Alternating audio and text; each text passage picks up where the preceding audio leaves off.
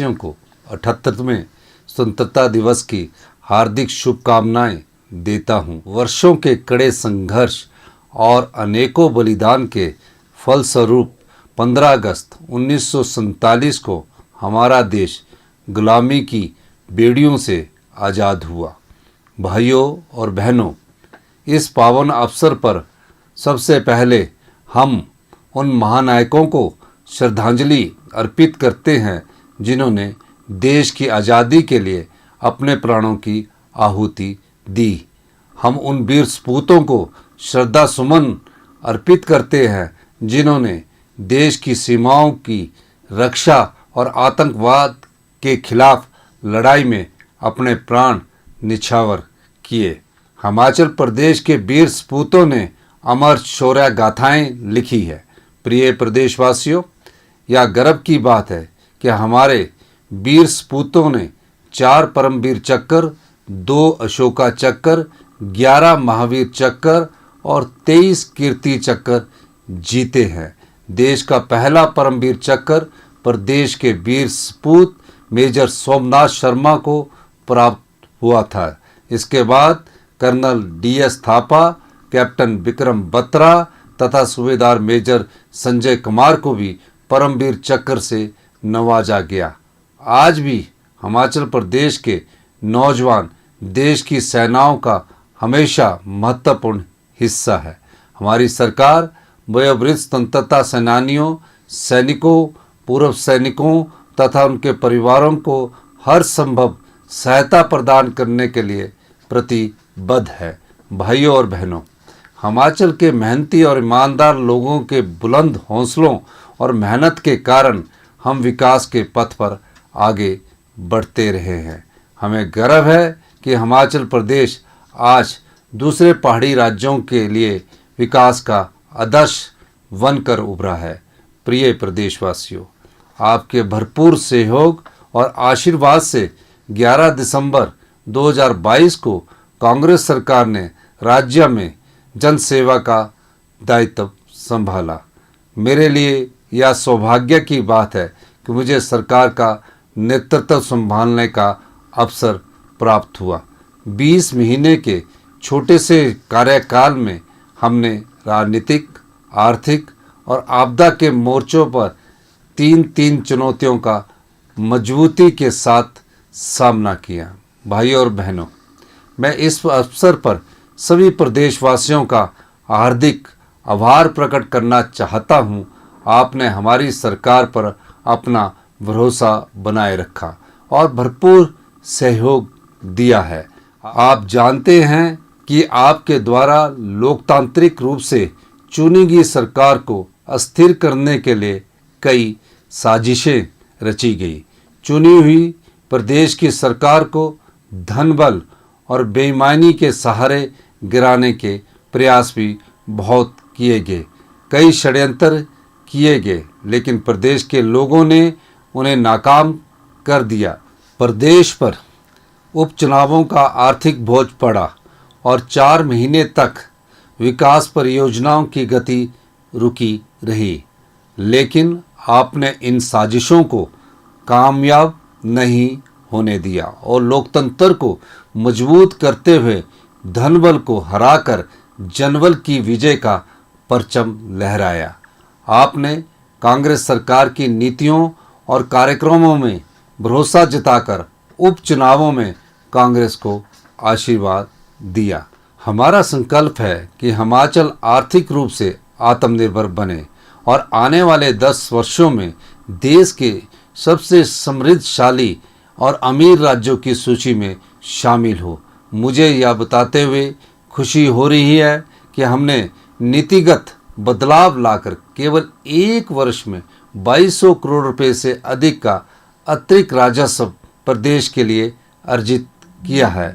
आज मैं आपको बताना चाहता हूं कि आबकारी और कराधान से जुड़े पेंडिंग टैक्स केसेस का निपटारा करने के लिए राज्य सरकार एक योजना लाने जा रही है। इस योजना के तहत GST लागू होने से पहले 10 से 15 हज़ार लेगेसी केसेस समाप्त होंगे। अदालती झंझट से निजात मिलेगी और लोगों को राहत मिलेगी। इसके साथ ही 15 अगस्त से प्रदेश के करदाताओं को जागरूक करने के लिए 1 सप्ताह तक अभियान चलाया जाएगा। भाइयों और बहनों, हिमाचल की खराब वित्तीय स्थिति के बावजूद हमारी सरकार ने विकास और जन कल्याण के कार्यों की गति रुकने नहीं दी है। हम अपने संसाधन बढ़ाने के लिए लगातार प्रयास कर रहे हैं। प्रदेश की आर्थिकी स्थिति को पटरी पर लाने में समय लगेगा, जिसमें आप सबका सहयोग जरूरी है। मैं सरकारी कर्मचारियों से भी पूरे सहयोग का अनुरोध करता हूं। आज मैं आपको बताना चाहता हूं कि राज्य सरकार ने प्रदेश के हितों की अदालतों में भी पूरी मजबूती के साथ पैरवी की है। इन प्रयासों के कारण Adani powers, wild flower hall hotel जैसे केसों का फैसला हिमाचल प्रदेश के पक्ष में आया है। हमने शिमला डेवलपमेंट प्लान पर भी राज्य के लोगों के हितों को मजबूती के साथ अदालत में रखा है। प्रिय प्रदेशवासियों, हिमाचल प्रदेश की औसत प्रति व्यक्ति आय लगभग 2,35,000 रुपये प्रति वर्ष है, जो कि देश की प्रति व्यक्ति औसत आय से अधिक है। हिमाचल एक ऐसा प्रदेश बनता जा रहा है जहां लोग अमीर है पर सरकार गरीब है। इसका कारण पिछली सरकार ने अमीर गरीब दोनों को एक बराबर सब्सिडी देने की प्रथा शुरू कर दी। साथ ही कुछ ऐसे फैसले लिए जिनसे प्रदेश पर हजारों करोड़ रुपए का अतिरिक्त बोझ पड़ गया। उदाहरण के तौर पर ग्रामीण क्षेत्रों में बिजली और पानी दोनों के बिल राजनीतिक लाभ के लिए माफ़ कर दिए। जो व्यक्ति ज़रूरतमंद है उसे यह सुविधा मिले, इसका हमारी सरकार विरोध नहीं करती, लेकिन संपन्न परिवारों को इस सुविधा का लाभ नहीं मिलना चाहिए। बिजली का बिल जीरो करने से प्रदेश सरकार पर इस साल 780 करोड़ रुपए का अतिरिक्त बोझ पड़ेगा। पानी का बिल जीरो करने से प्रदेश सरकार पर इस साल 300 करोड़ रुपए का अतिरिक्त बोझ पड़ेगा। भाइयों और बहनों, मैं आपको विश्वास दिलाता हूं कि प्रदेश के नागरिक जो भी टैक्स देते हैं उसका एक एक पैसा सरकार जनहित के कार्यक्रमों में खर्च करेगी। मैं प्रदेश की मेहनतकश जनता से अपील करता हूं कि आप सभी हमें इस बदलाव में सहयोग दें। मैं एक और महत्वपूर्ण बात आपके ध्यान में लाना चाहता हूं कि भारत का वित्त आयोग हर 5 साल के लिए ऐसे प्रदेशों को विशेष सहायता देता है जो रेवेन्यू सरप्लस नहीं होते, यानी उनमें राजस्व पैदा करने के लिए साधन कम होते हैं। देश में राज्यों का गठन कंप्लीट इकोनॉमिक यूनिट्स के तौर पर नहीं किया गया है, इसलिए इन्हें रेवेन्यू सरप्लस एरिया की तरह देखना ठीक नहीं है। 15वें वित्त आयोग ने प्रदेश के साथ अन्याय करते हुए रेवेन्यू डेफिसिट ग्रांट को कम कर दिया है। वर्ष 2021-22 में यह ग्रांट 10,249 करोड़ थी, जो वर्ष 2025-26 में घटकर 3,257 करोड़ रुपया रह जाएगी। इसका अर्थ यह है कि आने वाले समय में प्रदेश को विकास के लिए लगभग 7,000 करोड़ रुपए कम मिलेंगे।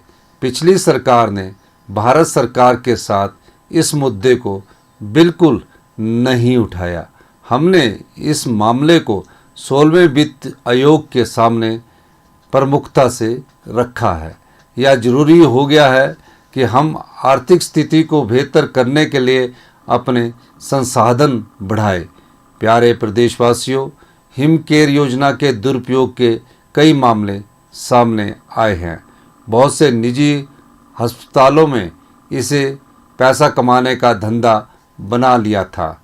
इससे मरीजों पर अनावश्यक टेस्टों और प्रोसीजर का बोझ डाला जा रहा था और बढ़ा चढ़ाकर बिल बनाए जा रहे थे। इसलिए हमने निजी अस्पतालों को इस योजना के दायरे से बाहर कर दिया है। मैं स्पष्ट करना चाहता हूं कि इस योजना को बंद नहीं किया गया है और सभी सरकारी स्वास्थ्य संस्थानों में इस योजना का लाभ पहले की तरह मिलता रहेगा।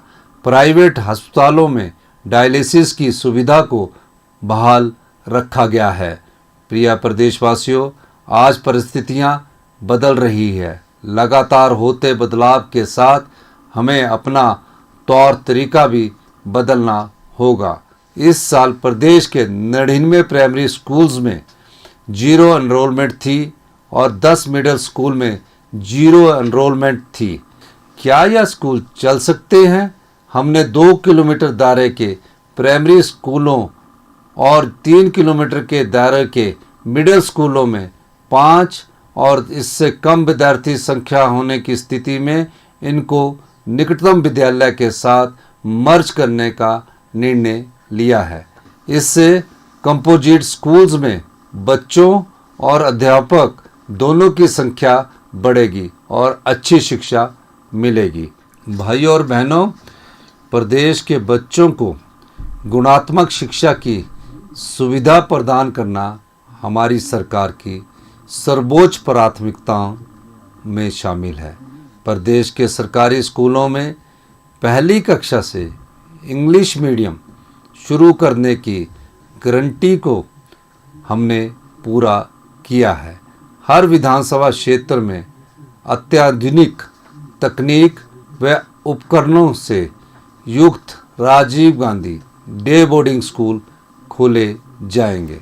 स्कूलों में बेहतर संसाधन जुटाने के उद्देश्य से हमने स्कूलों के क्लस्टर बनाए हैं। प्रदेश सरकार ने डॉक्टर वाई.एस. परमार विद्यार्थी ऋण योजना आरंभ की है, जिसमें विद्यार्थियों की पढ़ाई के लिए 1% ब्याज पर 20 लाख रुपए तक के ऋण का प्रावधान है। इस वित्त वर्ष में 850 शिक्षण संस्थानों को इंस्टीट्यूशन ऑफ एक्सेलेंस बनाने का लक्ष्य रखा गया है। भाइयों और बहनों, हिमाचल प्रदेश कर्मचारी चयन आयोग में युवाओं के भविष्य के साथ हो रहे खिलवाड़ को देखते हुए हमने इस आयोग को बंद कर भर्तियों में पारदर्शिता सुनिश्चित करने के लिए हिमाचल प्रदेश राज्य चयन आयोग खोला है। आयोग ने कुल लंबित 2,983 पदों के परिणामों में से 1,841 पदों के अंतिम नतीजे घोषित कर दिए हैं। बाकी लंबित परीक्षा परिणामों को भी जल्दी घोषित करने के लिए प्रयास किए जा रहे हैं। 4 साल से लटके जेओ आईटी पोस्ट कार्ड 817 का केस भी हमारी सरकार ने मजबूती के साथ लड़ा और कोर्ट से फैसला आने के बाद इस परीक्षा का परिणाम घोषित किया है। भाइयों और बहनों, पिछले वर्षों की तरह इस बरसात में भी हमें बहुत नुकसान उठाना पड़ा है। कई बहुमूल्य जीवन प्राकृतिक आपदा में हमने खोए हैं, जिन्हें मैं श्रद्धांजलि अर्पित करता हूँ। मैं विश्वास दिलाता हूँ कि दुख की इस घड़ी में हम आपदा प्रभावितों के साथ कंधे से कंधा मिलाकर खड़े हैं। हर एक प्रभावित मेरे परिवार का सदस्य है और एक एक परिवार को फिर से बसाना हमारा संकल्प है। इस साल आपदा से प्रभावित हर परिवार को फौरी राहत के रूप में 50,000 रुपये दिए गए हैं। उन्हें 3 महीने तक किराए पर मकान के लिए शहरी क्षेत्र में 10,000 रुपया और ग्रामीण क्षेत्र में 5,000 रुपया प्रदान किए जा रहे हैं। प्रभावितों को मुफ्त राशन, गैस, बर्तन, बिस्तर और सिलेंडर भी उपलब्ध करवाए गए हैं। भाइयों और बहनों, मेरा मानना है कि सरकार की पहली जिम्मेदारी समाज के संवेदनशील वर्गों का संरक्षण और कल्याण सुनिश्चित करना है। मुख्यमंत्री सुख आश्रय योजना में 6000 बच्चों को चिल्ड्रन ऑफ द स्टेट के रूप में अपनाया गया है। इन बच्चों की पढ़ाई, जेब खर्च और देश के किसी भी हिस्से में घूमने का खर्चा प्रदेश सरकार उठा रही है। इन्हें स्टार्टअप शुरू करने और शादी के लिए 2-2 लाख रुपए की मदद दी जा रही है। इनके कल्याण के लिए 100 करोड़ रुपए के मुख्यमंत्री सुख आश्रय कोष का गठन भी किया गया है। प्रिय प्रदेशवासियों, अपनी चुनावी गारंटी को पूरा करते हुए हमारी सरकार ने इंदिरा गांधी प्यारी बहना सुख सम्मान निधि योजना शुरू की है, ताकि महिलाएं स्वाभिमान के साथ जीवन यापन कर सके। इस योजना के अंतर्गत पात्र महिलाओं को सम्मान राशि के रूप में हर महीने 1500 रुपया प्रदान किए जा रहे हैं। इस प्रकार इन महिलाओं को सालाना 18,000 रुपये की सम्मान राशि दी जा रही है। लोकसभा चुनाव और उपचुनाव के दौरान आदर्श आचार संहिता के कारण 48,000 महिलाओं को 3 माह की लंबित 4500 रुपये की धनराशि का भुगतान कर दिया गया है।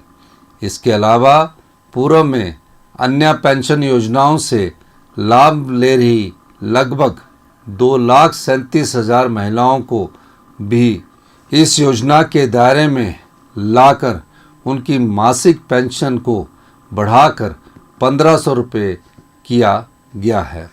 प्रदेश के विकास में महत्वपूर्ण योगदान देने वाले सरकारी कर्मचारियों को रिटायरमेंट के बाद आर्थिक कठिनाइयों का सामना न करना पड़े, इसलिए हमारी सरकार ने अपनी चुनावी गारंटी के मुताबिक पुरानी पेंशन योजना बहाल की है। इस फैसले से प्रदेश के लगभग 1,36,000 से अधिक कर्मचारी और उनके लाखों परिवारों को फ़ायदा मिला है।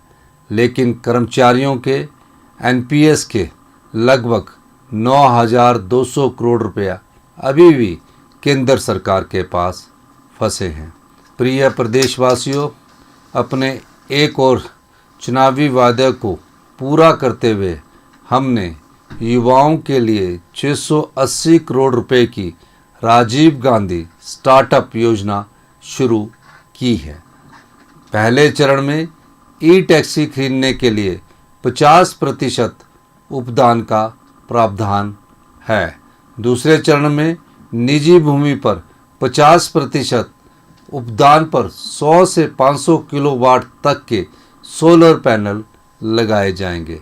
तीसरे चरण में किसानों को प्राकृतिक खेती से जोड़ा जाएगा। प्राकृतिक खेती को बढ़ावा देने के लिए हिम कृषि उन्नति योजना भी लागू की गई है। इसके अंतर्गत लगभग 50,000 किसानों को शामिल करने के लिए 2600 कृषि समूहों को स्थापित करने का लक्ष्य रखा गया है। हिमाचल प्रदेश में तेजी से बढ़ रहे कैंसर के मामले गंभीर चिंता का विषय है। हमने कैंसर मरीजों के लिए फ्री इलाज और मुफ्त दवाइयाँ प्रदान करने का निर्णय लिया है। प्रिय प्रदेशवासियों, हमने टांडा मेडिकल कॉलेज में विशेषज्ञ डॉक्टरों और चिकित्सा अधिकारियों सहित विभिन्न श्रेणियों के 462 पद और आईजीएमसी शिमला व अटल सुपर स्पेशलिटी आयुर्विज्ञान संस्थान चम्याना में 499 पद भरने का फैसला लिया है। स्वास्थ्य विभाग में राज्य सरकार द्वारा लगभग 2700 पदों को भरा जा रहा है। प्रिय प्रदेशवासियों, बागवानी क्षेत्र का हमारे प्रदेश की अर्थव्यवस्था में महत्वपूर्ण योगदान है। बागवानों के हित में राज्य सरकार ने कई बड़े फैसले लिए हैं। इस साल सेब सीजन के दौरान यूनिवर्सल कार्टन का प्रयोग शुरू किया गया है। मंडी मध्यस्थता योजना के अंतर्गत सेब उत्पादकों की सभी देनदारियों का भुगतान करने के लिए 153 करोड़ रुपया जारी किए गए हैं। इसमें पिछली सरकार की 90 करोड़ रुपए की देनदारी भी शामिल है। इस साल भी सेब, आम और नींबू प्रजाति के फलों को 12 रुपये के समर्थन मूल्य पर खरीदा जा रहा है। भाइयों और बहनों, प्रदेश की लगभग 69% आबादी परोक्ष या अपरोक्ष रूप से कृषि क्षेत्र से जुड़ी है। ग्रामीण अर्थव्यवस्था को मजबूत करने के लिए राज्य सरकार प्राकृतिक रूप से उगाए गए गेहूं को 40 रुपये प्रति किलोग्राम और मक्की को 30 रुपये प्रति किलोग्राम के न्यूनतम समर्थन मूल्य पर खरीदेगी। यह न्यूनतम समर्थन मूल्य देश के सभी राज्यों में सबसे अधिक है। अपने वायदे के अनुसार हमने गाय के दूध पर न्यूनतम समर्थन मूल्य को 32 रुपये से बढ़ाकर 45 रुपये प्रति लीटर और भैंस के दूध को 47 रुपये से बढ़ाकर 55 रुपये प्रति लीटर किया है। दूध खरीद पर न्यूनतम समर्थन मूल्य प्रदान करने वाला हिमाचल देश का पहला एकमात्र राज्य है। प्रिय प्रदेशवासियों, पर्यावरण संरक्षण की दिशा में क्रांतिकारी पहल करते हुए प्रदेश सरकार ने 31 मार्च 2026 तक हिमाचल को हरित ऊर्जा राज्य बनाने का लक्ष्य रखा है। प्रदेश में 6 ग्रीन कॉरिडोर स्थापित किए जा चुके हैं। हमारी सरकार नालागढ़ में ऑयल इंडिया कंपनी की भागीदारी के साथ ग्रीन हाइड्रोजन गैस के उत्पादन के लिए 1 मेगावाट का प्लांट लगा रही है। ऊना जिला के पेखूवाला में 32 मेगावाट सौर ऊर्जा परियोजना मात्र 4 महीनों में जनता को समर्पित की गई है। इस परियोजना से सालाना 19 करोड़ 17 लाख रुपए के राजस्व लाभ का अनुमान है। कुटलैड़ विधानसभा क्षेत्र के अगलोर में 10 मेगावाट तथा गगरेट विधानसभा क्षेत्र के बंजाल में 5 मेगावाट क्षमता वाली सौर ऊर्जा परियोजना का निर्माण कार्य जारी है। इन परियोजनाओं के संचालन में प्रदेश सरकार को 11 करोड़ रुपए से अधिक राजस्व प्राप्त होगा। भाइयों और बहनों, पर्यटन हमारी आर्थिकी का मुख्य आधार है।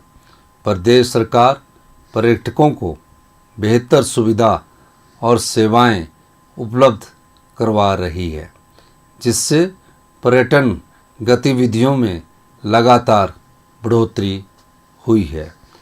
इस साल जून माह के अंत तक रिकॉर्ड 1 करोड़ से अधिक पर्यटक प्रदेश के भ्रमण पर पहुंचे। कांगड़ा को पर्यटन राजधानी के रूप में विकसित किया जा रहा है। देहरा उपमंडल के बनखंडी में 619 करोड़ रुपए की लागत से वन्य प्राणी उद्यान स्थापित किया जा रहा है। कांगड़ा हवाई अड्डे के विस्तार की प्रक्रिया भी जारी है। पर्यटकों की सुविधा के लिए प्रदेश में 16 हेलीपोर्ट निर्मित किए जा रहे हैं। पर्यावरण की दृष्टि से प्रदेश में रोपवे निर्माण को भी गति दी जा रही है। शिमला में दुनिया के दूसरे और एशिया के पहले रोपवे पर शीघ्र ही कार्य शुरू कर दिया जाएगा। भाइयों और बहनों, राज्य सरकार लगातार सड़कों के नेटवर्क को बढ़ाने का प्रयास कर रही है।